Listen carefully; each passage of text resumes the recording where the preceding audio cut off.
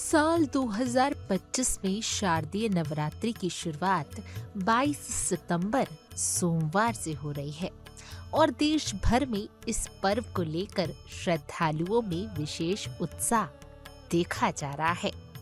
नवरात्रि का ये पहला दिन देवी दुर्गा के प्रथम स्वरूप माँ शैलपुत्री की आराधना के लिए समर्पित होता है।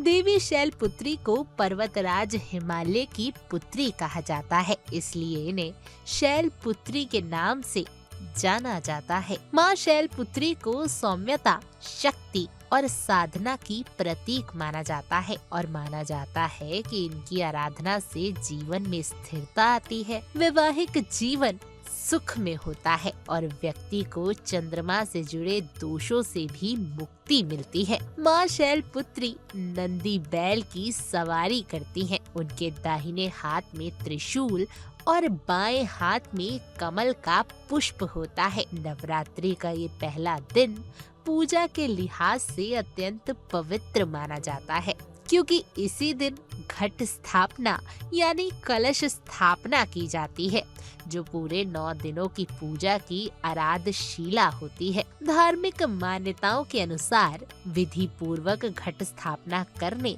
और माँ शैलपुत्री की उपासना करने से साधक को सुख, शांति और आध्यात्मिक बल की प्राप्ति होती है। अगर बात करें पूजा विधि की, तो नवरात्रि के पहले दिन ब्रह्म मुहूर्त में उठकर स्नान करें।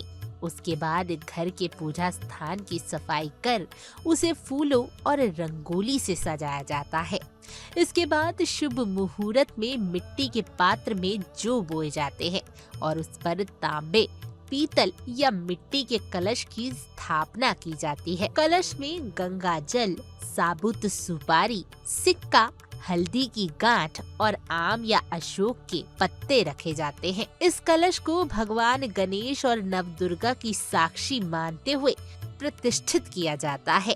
माँ शैलपुत्री की मूर्ति या तस्वीर को सिंदूर से तिलक करके उनके समक्ष रंग के पुष्प चढ़ाए जाते हैं और घी का दीपक प्रज्वलित किया जाता है। माँ शैलपुत्री को सफेद रंग अत्यंत प्रिय है, इसी कारण इस दिन उन्हें सफेद वस्त्र पहनाए जाते हैं और सफेद रंग के भोग लगाए जाते हैं। खीर, रसगुल्ले, सफेद मक्खन, पताशे जैसे पदार्थों का भोग लगाया जाता है। इसके अलावा मान्यता है कि अगर माँ शैलपुत्री को गाय के घी से बनी मिठाइयाँ या सीधे गाय का घी अर्पित किया जाए तो साधक को उत्तम स्वास्थ्य, लंबी आयु और मानसिक शांति प्राप्त होती है। पूजा के अंत में माता की आरती की जाती है और दुर्गा चालीसा, शैलपुत्री स्तुति या नवदुर्गा स्तोत्र का पाठ किया जाता है। फिर व्रत का संकल्प लिया जाता है, जिसे 9 दिन तक पूरी श्रद्धा और नियमों के साथ निभाया जाता है। नवरात्रि के पहले दिन की पूजा विशेष रूप से चंद्रमा से प्रभावित जातकों के लिए अत्यंत शुभकारी मानी जाती है, क्योंकि माँ शैलपुत्री चंद्रमा की अधिशास्त्री देवी है।